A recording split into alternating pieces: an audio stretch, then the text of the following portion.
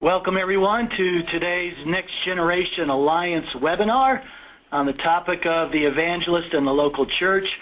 My name is David Jones, and along with my NGA colleagues Jaime, Jeff, Amy, and Courtney, we think this webinar will help you build healthy church relationships. Before I introduce our presenters, a couple of quick NGA announcements. First, please mark your calendars to join us in New York City, July 9 through 11 for our NGA Extend the Impact Conference. During the conference, you will have an opportunity to pick up new ideas on innovative evangelism, connect with other evangelists, and participate in the historic Luis Palau Central Park Festival on the Great Lawn. Also, keep an eye open for two more NGA Refuel events this year, one in Sioux Falls, South Dakota, October 15, and the other will be in Atlanta, October 7 and 8. Our presenters today, get to the heart of why we're all on this call. Our presenters today are NGA Evangelist Jose Zayas and Steve Jamison. Both are uniquely qualified for this webinar in that in addition to their evangelistic outreach events, they both are local church pastors. Jose began his ministry career with the Luis Palau Association and was the first director of NGA. He then went off to form his own evangelistic ministry.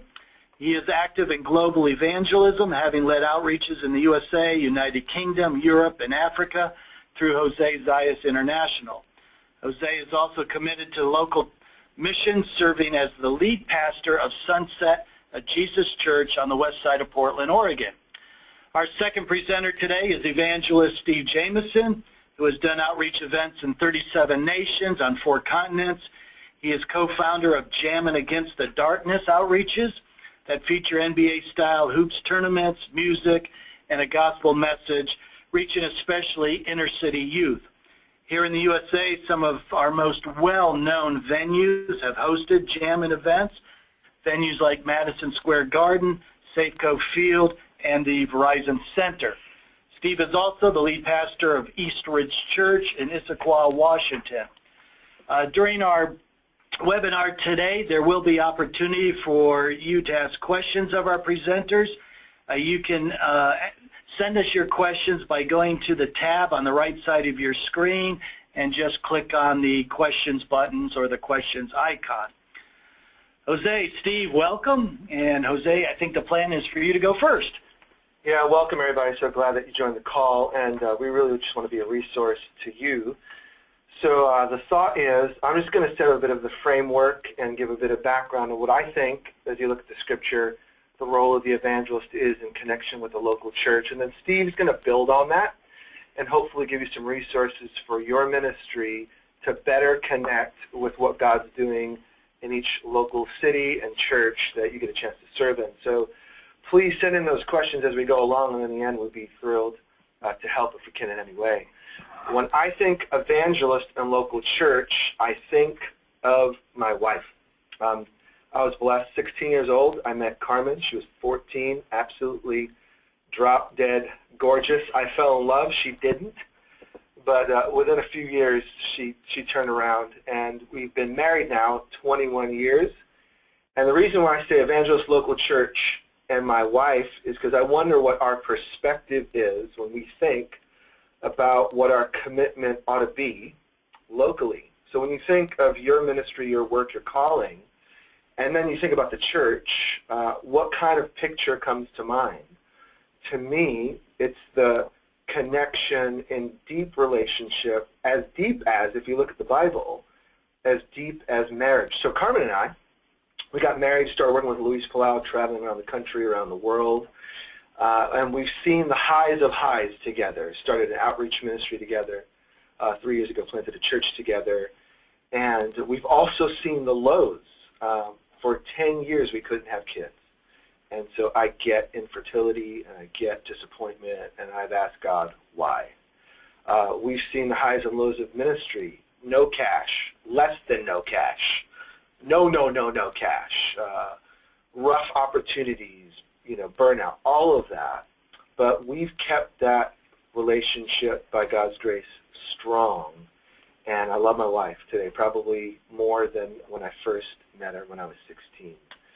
Why do I say all that? I'm not trying to waste time. I'm trying to give us a picture of what I think the scriptures speak to the evangelist and the local church. So I've got three things I've learned from Luis Palau that I'm going to throw out in just a minute. If you got a pen or you're typing, you may want to write them down. They may help. But before I do it, I just want to read a couple of verses from Ephesians, the book of Ephesians, because when you think about the local church, what is the biblical picture? How are we supposed to see it? Just a couple of verses to get us going, and then I'll give those three things I've learned from Luis. First one is Ephesians 1:22, and it says, "And God placed all things under Jesus' feet and appointed him to be the head over everything, the church, which is his body, the fullness of him who fills everything every way." First picture we get from Ephesians 1 is that the church is a body. It's an organism, a person. Ephesians 2:19, "Consequently, you're no longer foreigners and strangers, but fellow citizens with God's people and also members of his household." So the church is a body. The church is a household. When I say local church and I'm thinking of relationship with my wife, that is the picture you get. My wife and I are united. We're one body. We create one household. I'll give you one more. Ephesians 3:10. God's intent was that now, through the church, the manifold wisdom of God should be made known to the rulers and authorities in the heavenly realm. So how is God going to get his message out to heaven and earth? It's through the church. The church is the wisdom of God. Out of that relationship, that body of believers, God is going to get the gospel out. Now, forgive me for being so elementary. You're all leaders. I'll throw one extra. Ephesians 4. Ephesians 4:11. So Christ himself gave, and then you get the list, the apostles, the prophets, the evangelists, the pastors, the teachers, to equip the body. So again, Christ creates a body. They create a household. The wisdom of God comes through that household, and as part of that, he gives gifts.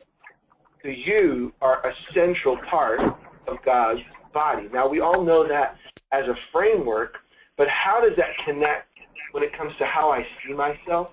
How do you see yourself and your calling fitting what God's doing in the world?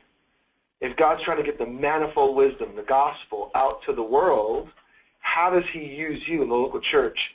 I'm going to throw a little kind of baseline foundation, which you probably already know, but it's good to emphasize what we already know.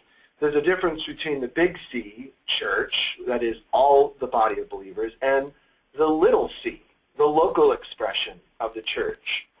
And so I just want to remind ourselves as an evangelist, yes, we're a part of the big C, like duh. We're all followers of Jesus. We all have the Holy Spirit. We're all filled with the fullness of God doing God's work. But how do we see ourselves in connection with the little c, like the local church? Let me just be blunt. Where are you with the local church?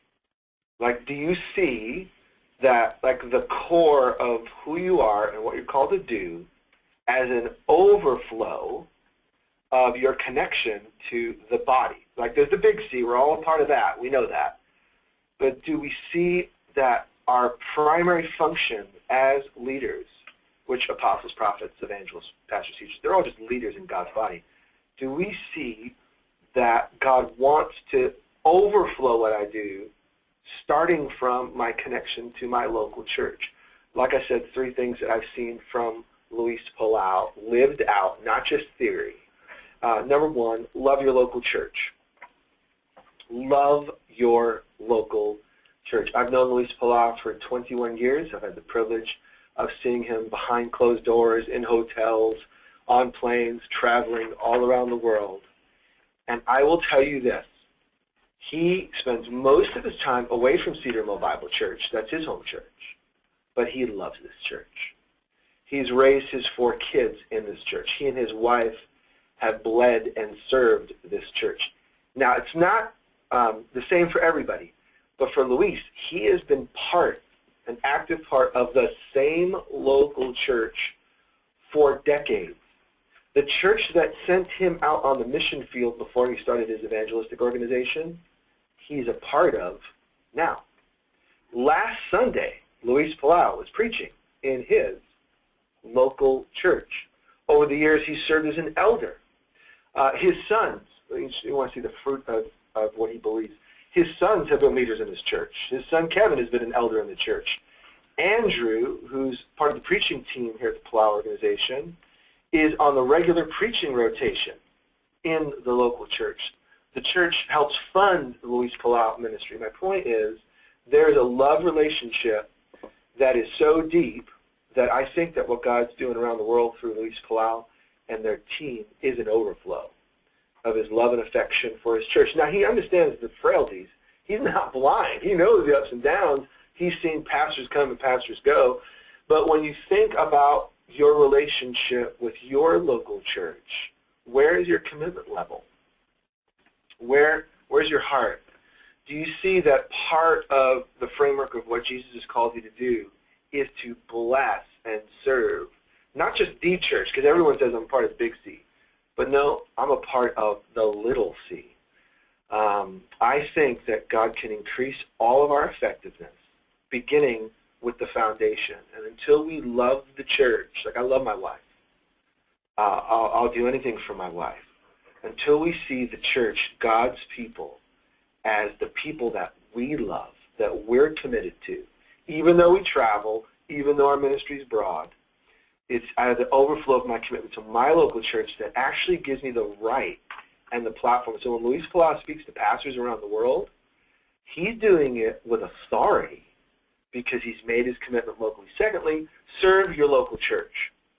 I've already said that Luis Palau, I've seen him on phone calls halfway around the world because there's an issue going on in the local church, and the pastoral team will call him up and say, hey, will you give us some feedback? Will you be praying? This has come up. That has come up.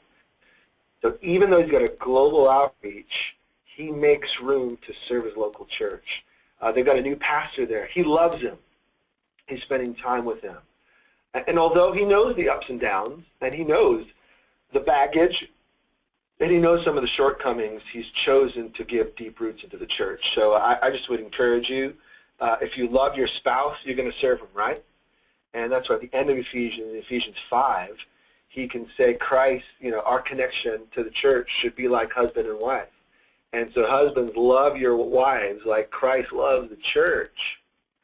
And so I'm not saying minimize your global outreach. I'm not saying minimize the width and the breadth of what God's calling you to do, but I am saying that if there's no room locally, if you don't see that part of your vision and mission is to plant some roots and bless and invest, if you don't see yourself as being planted in a local church, strange things can happen. Now, I've been on both sides. So I started an evangelist organization, have a board, all of that. But I've always seen part of what I'm called to do as to be part of my local church. I've always been under the authority of my elders. So I've got a board that helps me manage the ministry, but I'm a human, and I sin a lot. And I've got a family, and I want to raise my kids to love Jesus. And so in a sense, I've got a dual connection. Yes, I'm under the authority of our elders and our local church, and I've got a management team and our board. How does that flesh out for you? You got to figure that out. But love your local church and serve your local church. Finally, then I'm going to pass it off to Steve because there's two sides. There's how I see myself in my church, and then there's how I connect with a local church that's outside of my local church, and Steve's going to help us with that. But the third thing is speak well of your church. I now lead a local church here in the Portland area, and let me tell you, it's easy to point the finger and blame. It is easy to talk about the shortcomings of other people, but if you've never led a local congregation, you have no idea what you're talking about. And I don't mean to be mean, but you have no idea the pressure from multiple angles that local churches face and local pastors struggle with. You don't have no idea how many balls you got to juggle in the air while being full of the Spirit and speaking the Word of God. So even with the shortcomings that are there, we don't throw them under the rug, but learn to speak well of your local church. And just like there's issues between you and your spouse, my wife's not perfect, I'm not perfect. Publicly, I do not speak about my wife's shortcomings. I talk about what I see in her that's beautiful and where I see Jesus and where I see her as being bright and a light to the world. So the same thing with your local church. Love it, serve it, speak well of it. And I think with that humble attitude, God will give us the grace to speak with authority wherever you go. So basically, what am I saying? No local church roots, you may limit the width and breadth and impact of your ministry. Deep local roots, I think God will give you experience, authority, insight, wisdom to bless the churches that you serve outside of your city. Well, again, all that's foundation, probably 99.9 you've heard before, but I hope it's a healthy reminder and the Spirit will use it. But now we're all evangelists and we're called to serve multiple churches. And so Steve not only is an amazing pastor, I've had the privilege of speaking at his church in years past, and I love Steve Jamison, and he speaks with the authority of a local pastor and an evangelist. He's going to help us to think through how to better connect and position our ministries to have a deeper impact when God sends us to a city. So Steve, if you can chime in and help us out. Okay. All right, sorry about that. Hey, welcome everybody. It's a real joy and privilege to be able to be with you today and really to partner with Jose because we've known each other for years and I've always been impressed and always been blessed anytime I've been able to spend with Jose and really the entire Palau team. They've really played an important part in my life all the way back into 1998 when I was doing an outreach event in Washington, D.C., and they contacted me and came alongside of me and were just a tremendous help. So it's a real blessing to be able to speak to you today, and I want to just kind of piggyback in alignment with what Jose has just said to you. I want to come right back to one of the scriptures that he shared, Ephesians chapter 4. You have to excuse me, I'm going to grab my phone and just read it to you. In verse 11 and following it says, speaking of Jesus, and he gave some to be apostles, some prophets, some evangelists, some pastors and teachers for the equipping of the saints and the work of the ministry, for the edifying of the body of Christ, till we all come to the unity of the faith and the knowledge of the Son of God, to a perfect man, to the measure of the stature of the fullness of Christ, that we should no longer be children tossed to and fro, carried by every wind of doctrine and by the trickery of men, in the cunningness and craftiness of deceitful plotting, but speaking the truth in love, may we grow up in all things in him who is the head, Christ, from whom the whole body, joined and knit together by what every joint supplies, according to the effective working by which every part does its share, causes growth for the body and edifying itself in love. So what I'm wanting to really hit there in agreement and alignment with what Jose just shared was that as an evangelist, we have to see that we have a role. A lot of times we look at it and we say, yeah, we're the soul-winning division of the church. That's our unique gifting. That's our unique call. And that's what we really have to offer. We're able to share the gospel. We're bold. We're those crazy guys who think we could go into an arena or a church and speak for 25 minutes and then ask people to make a decision that changes everything about their lives, how they live, how they think, everything about them. That's who we are. We're these bold guys. We're the evangelists. We're the soul-winning arm of the church. Well, the reality is the Bible says something different. The Bible says we have a bigger role, and that is that we've got a part to really help bring wholeness and fullness to the body of Christ. We actually have a part of the maturing process of the people of God. And I think this is something that we often overlook, and it really limits and really hinders our ministry. Because the role of an evangelist is not just to be a free agent, not just to go out and do our thing and ask other people to come help us when we have a need. But instead, our job is to serve the body of Christ, and to see that, yes, we do have unique gifts. We do have a special place, but it's all for the sake of the body. And we've got to see that part of our role is to support the local leader, to support the local pastor. We can even help support him in front of his people. We can help him in the community. Jose was just talking about speaking well of the church. I'm talking about even coming in and speaking well of the pastor. Anytime you are invited to come into a church, the first thing you need to see is that it's a unique gift. It's a blessing to be able to have the confidence of a pastor because he's responsible for his flock. He's responsible for their well-being. He's responsible for the doctrinal truth and leadership that's brought to his church. He's responsible for the leadership and the unity of that local body.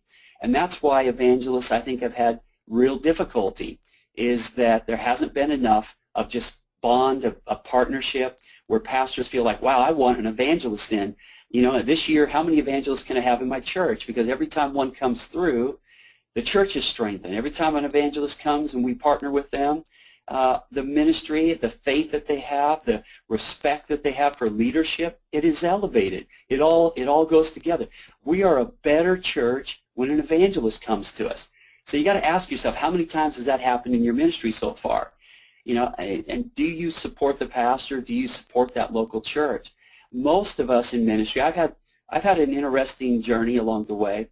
I've been able to serve the Lord as an evangelist, where I would, have the experience of traveling across the state of Washington or the state of Oregon and doing a youth camp or doing a youth special outreach event and getting paid enough money to have gas to drive back to where I came from and maybe have a sandwich or a slice of pizza along the way. So I understand that part of developing ministry. On the other side of it, I've had the opportunity to hold citywide crusades for years and to raise the budgets, to bring leadership on board. We never had big staffs. We never had big budgets. We had to go into a city and we had to find the people. We had to raise them up as volunteers and then ask and encourage churches to come alongside and even financially sponsor and bless what we were doing. And so we've been, as mentioned earlier, in places like Madison Square Garden, in the Verizon Center, Safeco Field.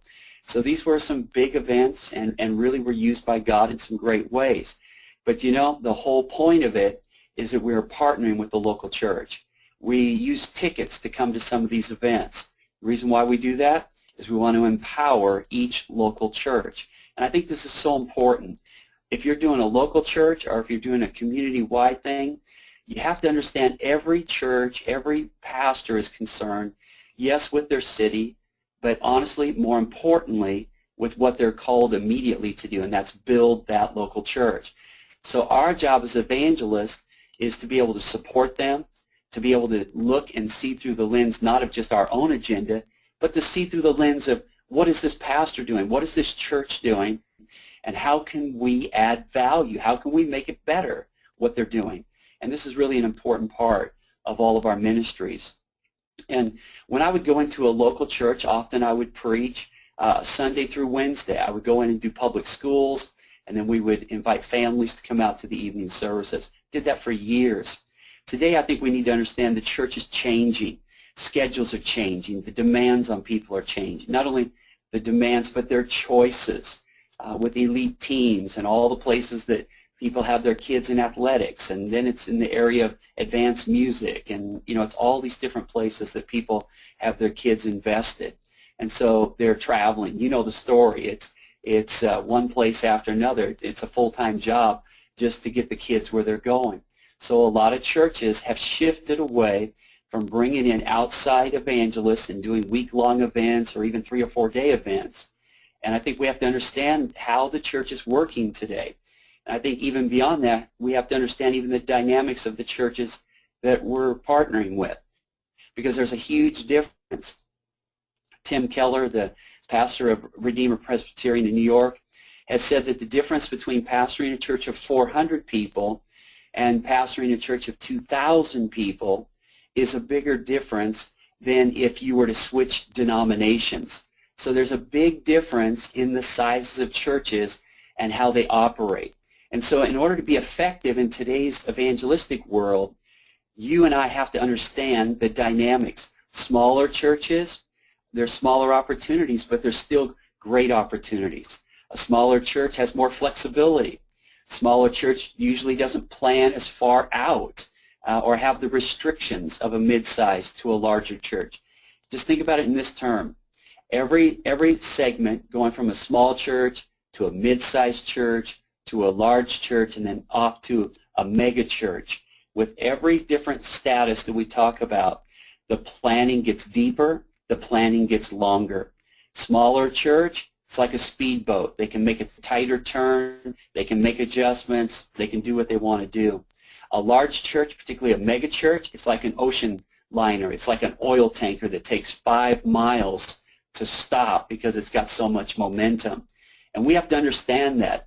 In order to get the attention of a larger church, you have to stop looking at it as what they can do for you, and you've got to start looking at it and saying, what can we do to add value? And there has to be an understanding of how churches are operating today. They're operating under tighter budgets. They're operating under schedules that are planned further out. A church like ours, we run about 2,400 people on a weekend. We're planning a year and a half out with longer-term events, even 2 years out. And you have to understand that that's how they're planning. I work with a lot of different groups, NBA players, different people, and it's a real shock to some of these people to realize how far out churches are planning. And you've got to get on their schedule. You've got to have relationship. Here's the key. All quality ministry flows out of relationship, and it's particularly true when you want to come and partner and serve with the local church. You know, Jose was talking about honoring the church, speaking well of the church.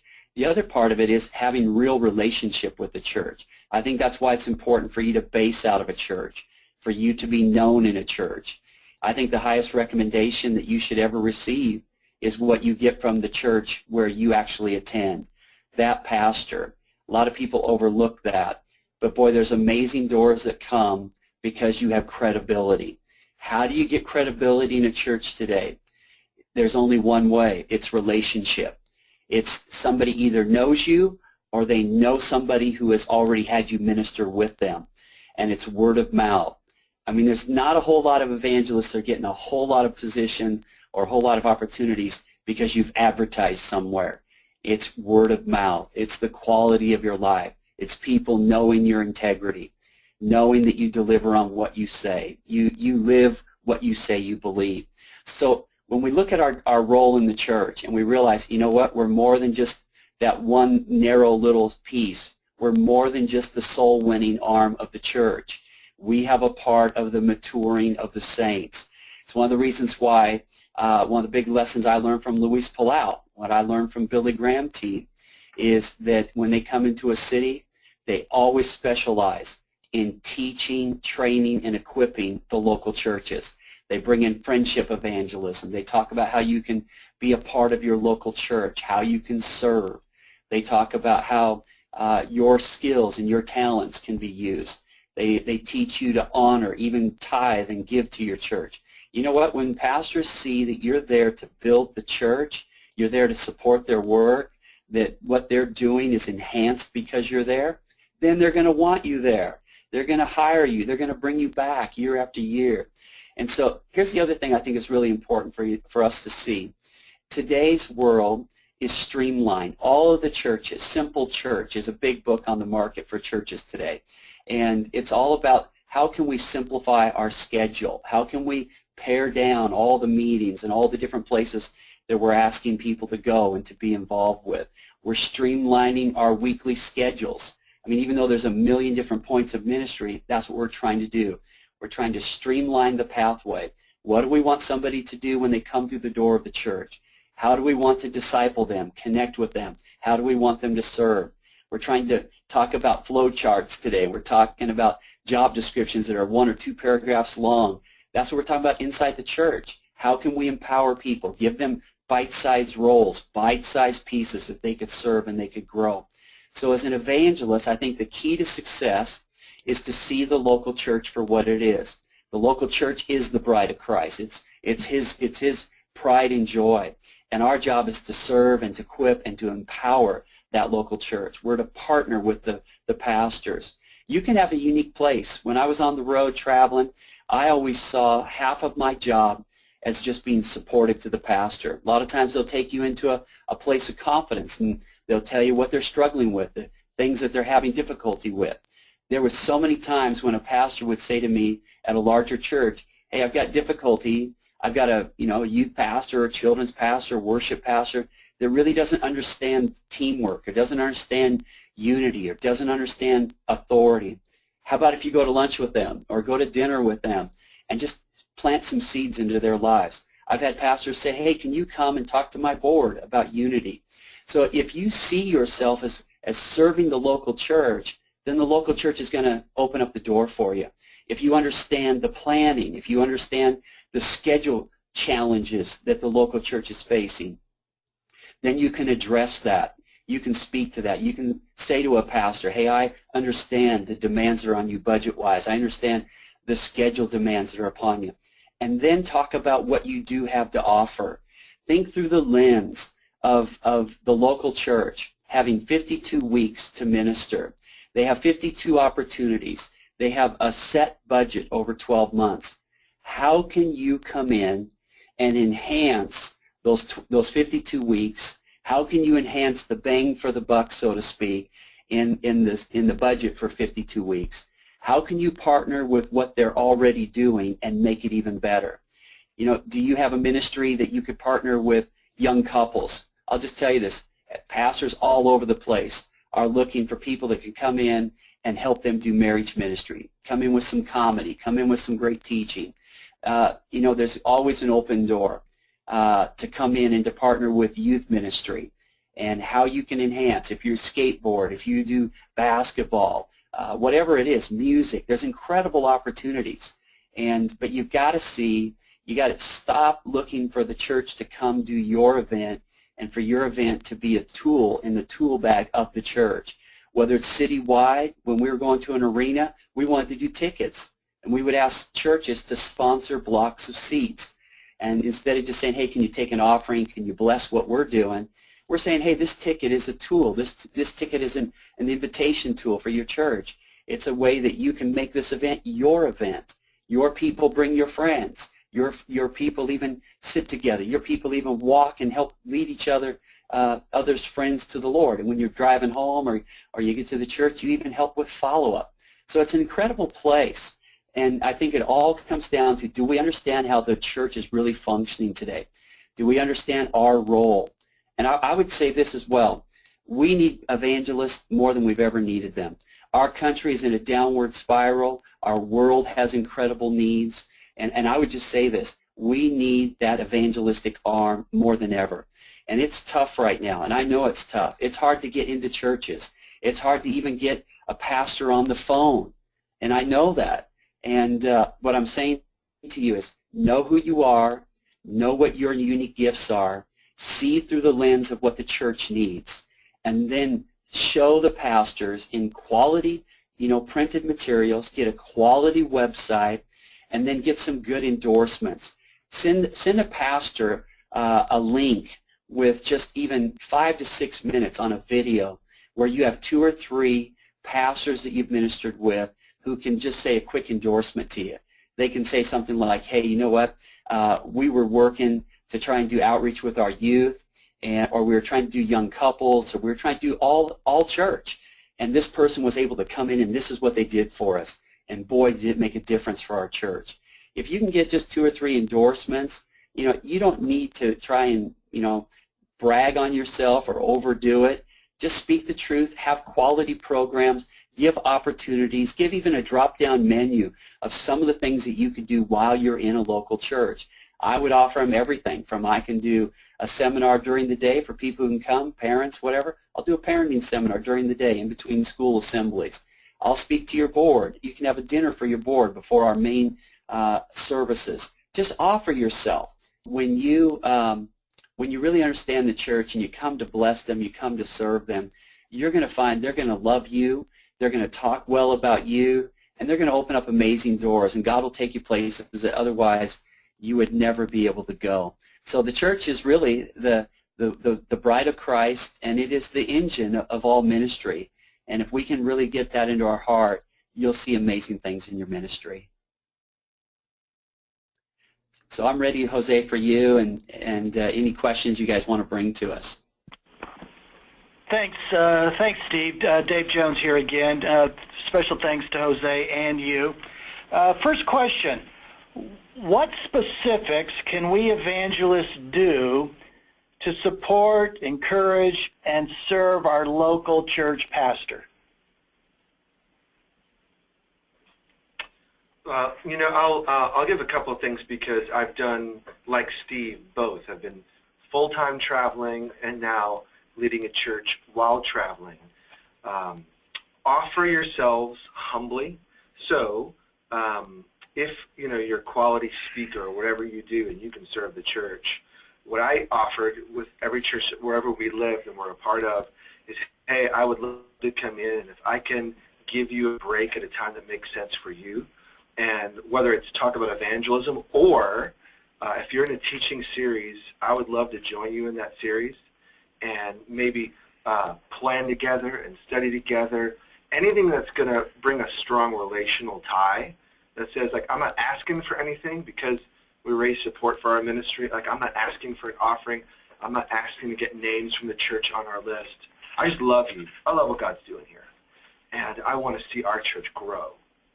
Second thing would be training, because like Steve said, equipping is the heart of long-term impact. So we do outreaches, we share the gospel, but Ephesians 4, we equip people to do ongoing work. That's the role of the evangelist. So in the churches that I've been a part of before leading one, is saying, what can I do? If you're doing a teaching series, if you're doing a class, whatever, can I do a seminar? I want to see everyone in our church bring more people who don't know Jesus to church. That's scratching where a pastor itches. They want to see more people mobilized, but as an evangelist, you have that gift. It's just humbly saying, whatever works for you, and I'll make myself available. And I have not been turned down at every church that my wife and I have been a part of in the cities we've lived.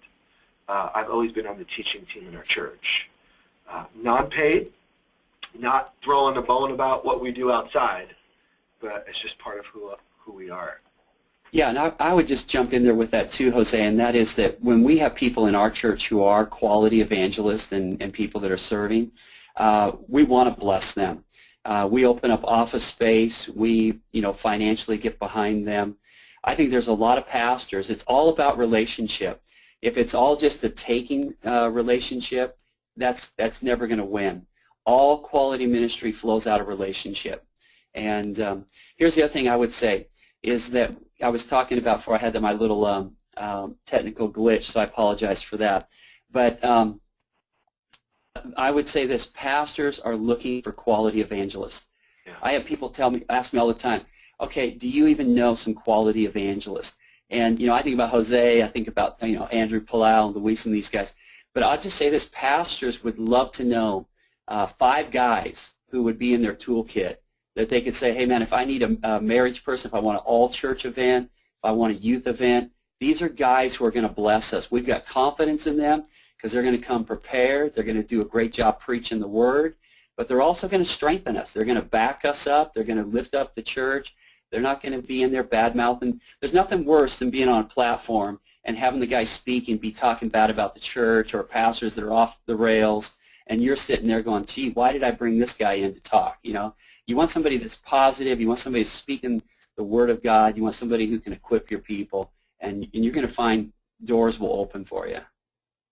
And on that note, you get that first opportunity. George Whitefield, I read his autobiography, a biography about him years ago, and Whitefield's model was to preach and return. So he started in Boston, a few other cities, and then he returned. And then the network went out, and then he returned.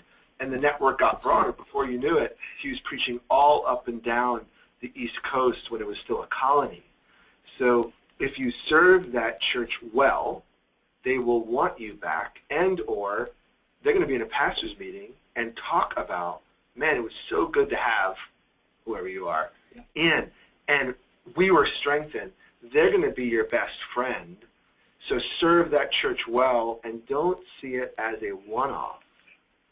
See if there's a chance that you can come back and over the years have an investment in maybe fewer churches, but over time build in deep. Not only will you bless that church, but they'll be your advocate. It's better than a PR campaign because those don't work. Yeah, and if I could jump in there with you on that, Jose, the other thing I would say about that is even invite people to go with you out of these churches. If you do overseas ministry, invite a pastor or invite some of their people to go with you. You ask him first if that's okay. But if you develop those kind of partnerships and relationships, we do it in our church. We call them strategic partners, and they're people we support every year. We want to go places with them. We just want to, build ministry with them. And you're exactly right. When I traveled 15 years full-time, I think there may have been one church that I did not go back to over the course of that time. I had one church that had me 11 years in a row, and I was like, man, you guys must be bored. Can't you find somebody else? Isn't that good, Steve? That's the kind of relationships that you can build, Yeah. But hear what Steve just said, that he was brought back again and again and again. Out of the overflow of relationship, great things happen. So Steve won't say it, but I was with Steve in D.C. and other places, and he had and has the heart of the pastor because he actually cares about them and cares about their life and cares about their ministry. And if that is truly in your soul, if that's like the foundation, I'm here to help grow God's kingdom by blessing the church. It will show in the way you speak and the way you serve. Yeah. And you'll get the repeat invite. And, that's Luis's story. He's gone again and again and again to multiple places, and the networks just get bigger, and now it's, ginormous, if I can use a non-English word. Here's a follow-up question. I think you've touched on some of this, but the participant is asking, what are some of the practical things we can do to establish relationships with pastors other than our home church, our local church pastor? Well, I think the best thing is most of you are probably affiliated either with an organization or with a denomination. And, one of the things to do is to build into your schedule. Look for the opportunities where they're going to meet, go to conferences, go to some of those places. But also just realize if you go into a place and you have a strong week of ministry with somebody, or strong even weekend, because a lot of ministry today is focused on weekends, ask that pastor if he could connect you with 5 quality friends who he would not only say, hey, here's somebody you ought to go talk to, but ask that pastor to make 5 phone calls for you, follow it up with 5 emails to those guys, and just because here's the deal, people do not have a list of guys they trust. It just doesn't exist. If you can get a guy to call 5 people, doors are going to open. You just do that every time you go somewhere, and guys are willing to do it.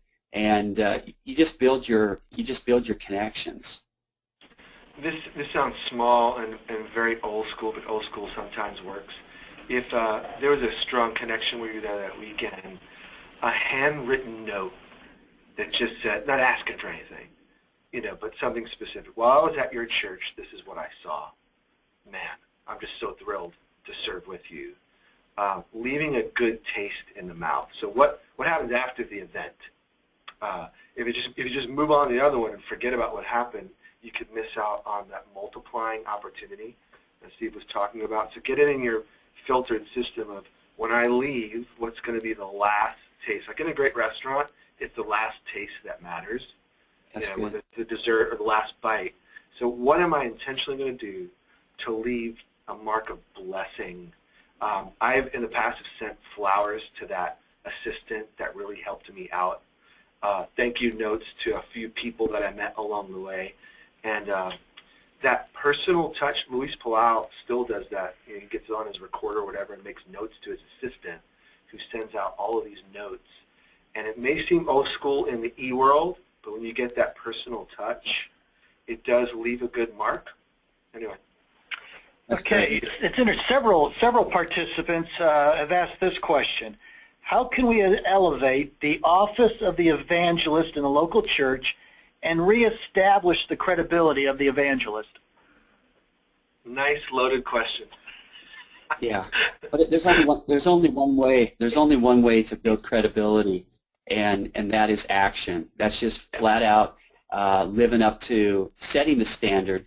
And today the bar is low. There's no doubt about it. The opportunities are low, the bar is low, but the need is high. And if I could speak anything to our group today, it's a big thank you to Luis Palau and to the team for even having this kind of a forum. And not only this forum, but the alliance and just the desire to raise up new leaders and to really be a place that could be a catalyst of a new season. And so I would just say, even like with what Jose was just talking about, honoring the pastor, saying thank you, one of the other big things is when you come into a church, find things that they're doing really well, and then get up and brag about that church. Brag about the pastor. Your church has a huge vision. I've come here today and I see the passion. I see their heart. What a privilege it is to be able to come in and partner with them. I'll tell you what, you just lifted your opportunities right along with lifting the pastor you're working with. And there's just no way. If you come in to bless, and that's really your agenda, and you want to bless that church, you're going to help raise the bar.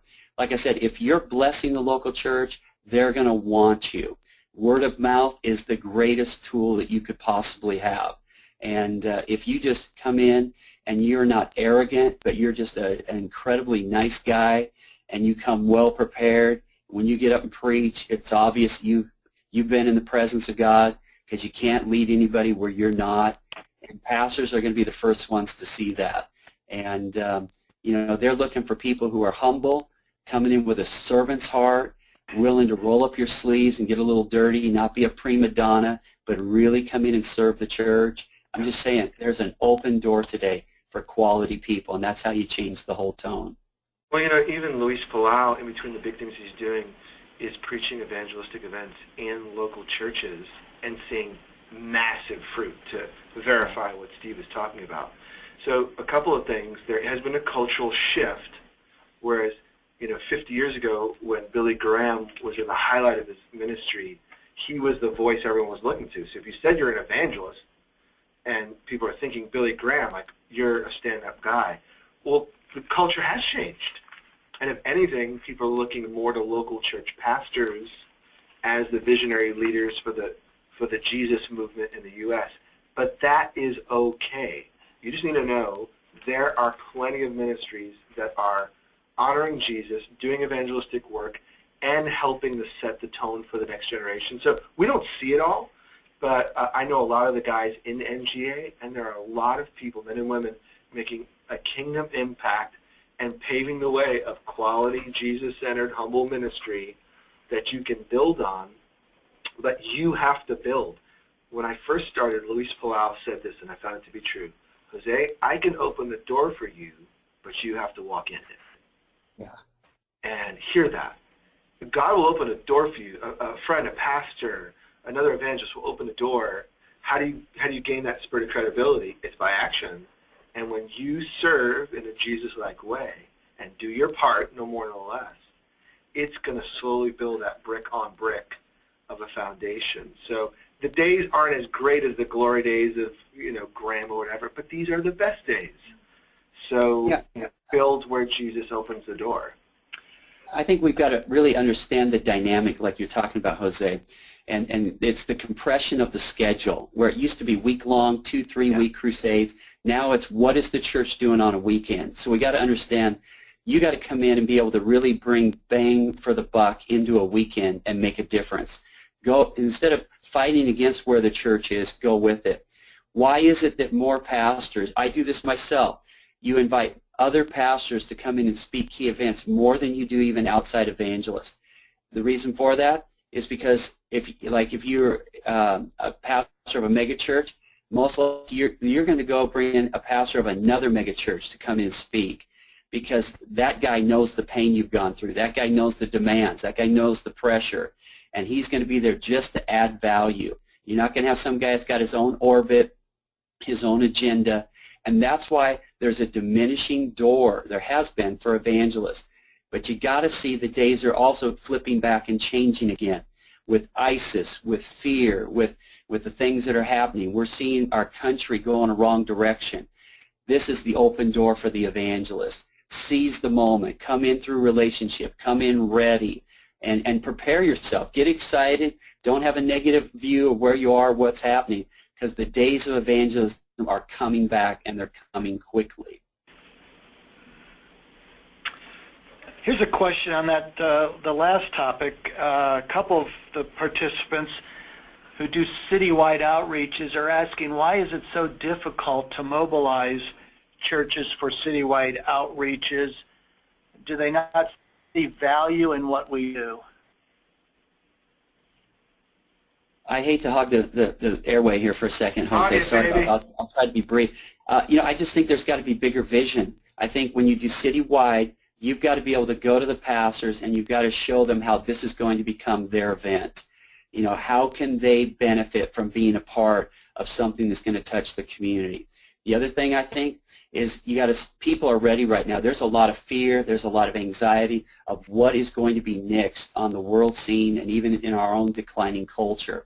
So if you come in and you start casting the vision, you know what America needs today is we need to start to bring Christ into the marketplace. We need to bring more highly visible, really quality, positive events into the market square, and here's how we're able to do that. I think you're going to see doors open again. Yeah. It really is a time where America needs public Christianity. If we don't rise up and start bringing Christ into the public square again in a positive way, then we're really missing the days of opportunity in our country and the need that's in our country. I think on the citywide level, too, is we get excited about the event because that hits with our primary call is to proclaim. But local leaders are interested in the process. So if you're doing citywides, what are the things that are going to be the long-term value after you're gone, and what are the things that are going to really scratch where people are itching leading up to it? So those pre-meeting things, how are the pastors going to be able to be coordinated better together? What's the area-wide prayer? How's that going to be lifted? Everyone wants to see the city prayed over, and prayer, which goes well beyond the event, stirred up. What training is going to happen beforehand? If we just emphasize what we're going to do, most pastors, events happen at minimum every 7 days. Yeah. But for many, it's twice in a week. It's every 3 to 4 days. So lack of a sales pitch, but don't so much sell the event as how it's going to raise the temperature of what Jesus is doing well past the event, and how you're going to be able to use the event as one of your tools to reach more people. So there's still a day for them, but it is a more complicated day. We can't have an NGA webinar without some questions on money. Every year when we survey our members, what's your number one critical concern, money's always at the top of the list. We probably don't even need to do the survey anymore. We just know every year the number one answer is going to be money. So we got a couple questions related to money. The first one is, how do we respond to a church that invites us when they ask us, what is our fee? Yeah. I can just give you mine real quickly. Determine a philosophy of ministry and stick with it. So I've patterned our plan after Luis Palau's, and so we have a team of individuals, mostly, some churches, some foundations, that support the work. So if I'm coming in, I would just say, like, hey, I don't have a fee. I don't have a fee structure. I'm here to serve. This is what we long to do. I'm going to do my 100% best, and I know and trust that you're going to do your 100% best. And so, but not everyone can run off of that. It depends on what your philosophy of ministry is, and there's many.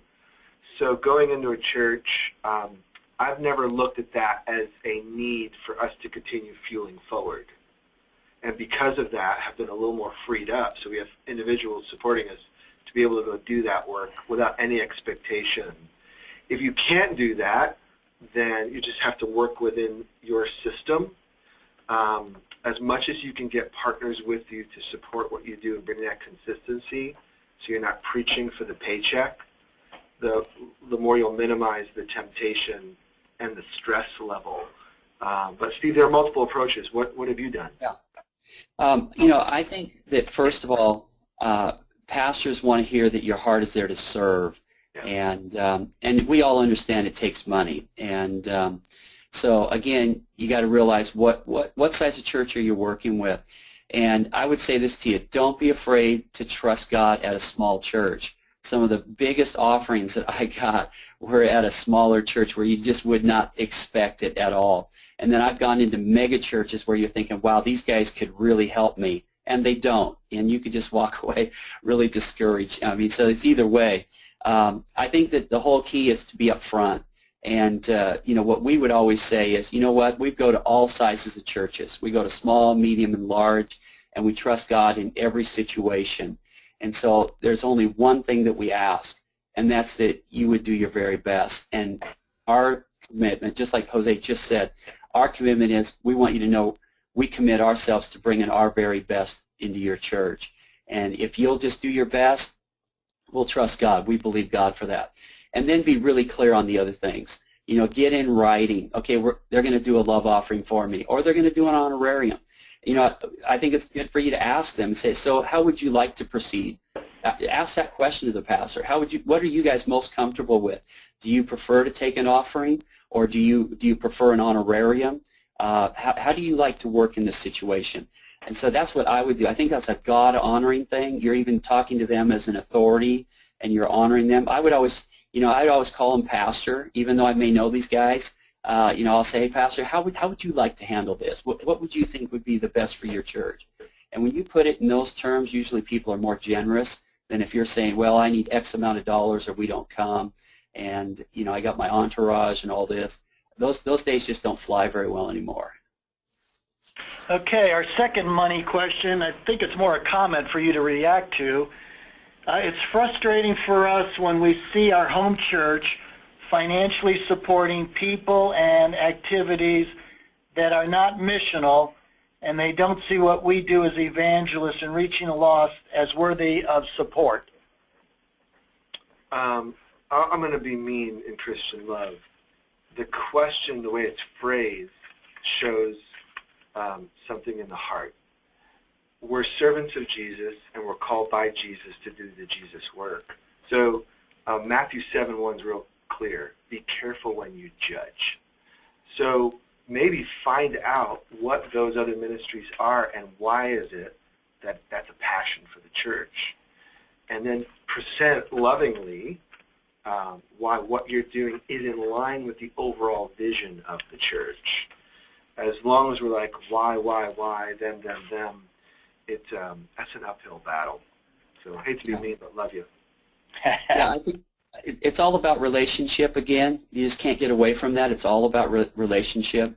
And, sometimes we can be frustrated by what we see and even how we feel or react to a moment. Don't let that moment rob you. Take the next step. I was with a pastor. I was in a church, and we had a new pastor come in. And so I went in and I said, hey, I'd love to meet with you. I got on the schedule. And when I got in there, I sat down across from him in his chair and his desk, and he says, why as an evangelist do you want to even base in the church? And before I could answer, he said, I know why you're here. It's because you want money. And I said, well, actually, our family's based in this church. We've been here before you came. You're the new guy. And but what I said to him was, look at it this way. We're here, and what God's called us to do is to love the church, support the church, and build the church.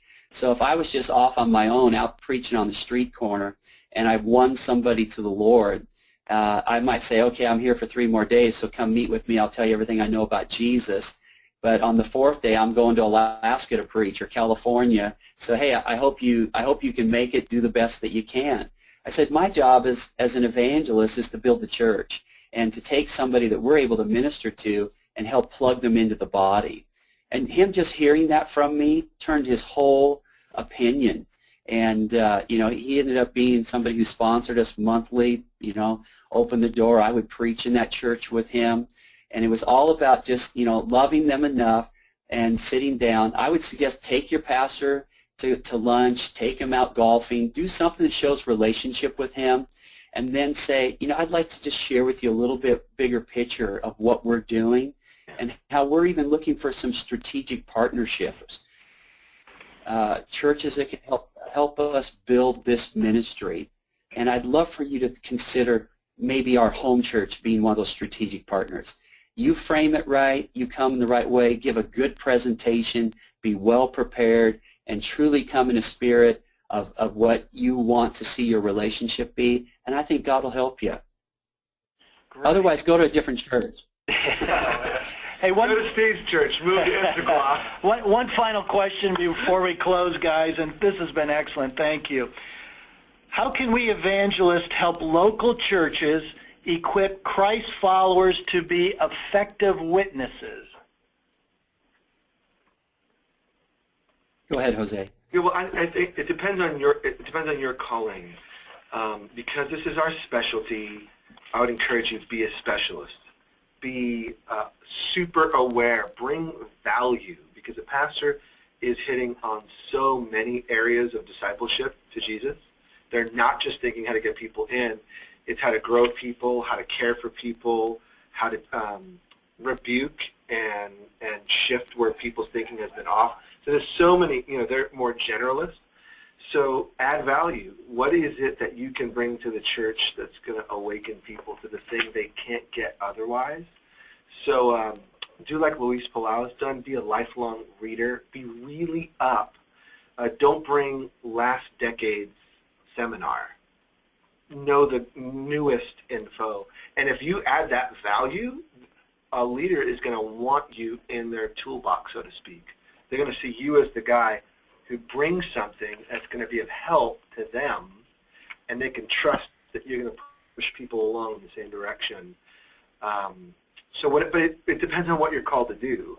But whatever you do, do it well. Like, aim to be the best, not to beat people, but to add that value that a church says, I need them back. Like, I want you back because you pushed us forward. This has been great, gentlemen. We've got a few more questions, but unfortunately we're out of time. Jose, Steve, again, thank you for today, and I want to thank all of our participants for joining this webinar. All of our webinars are included on the NGA website resource page. If you haven't visited the website recently, please do so. You'll find a lot of great resources there, information on NGA members, as well as opportunities for ministry collaboration. The website again is www.nextgenerationalliance.org. Nextgenerationalliance.org, one word. We do look forward to seeing you July 9-11 in New York City. And there are, as we mentioned at the top of the broadcast, we do have 2 more refuels this year. Both are in October. One will be in Sioux Falls, South Dakota, and the other in Atlanta, Georgia. And coming up May 21 at 9 a.m., Dr. Jim Williams is going to be doing a webinar on the most contagious of all sins, bitterness. And Dr. Williams is just an outstanding man of God, a great communicator. You don't want to miss his May 21 webinar. Again, thank you for joining us today. Thanks to our presenters. Speak well of your local church. Thank you, everyone.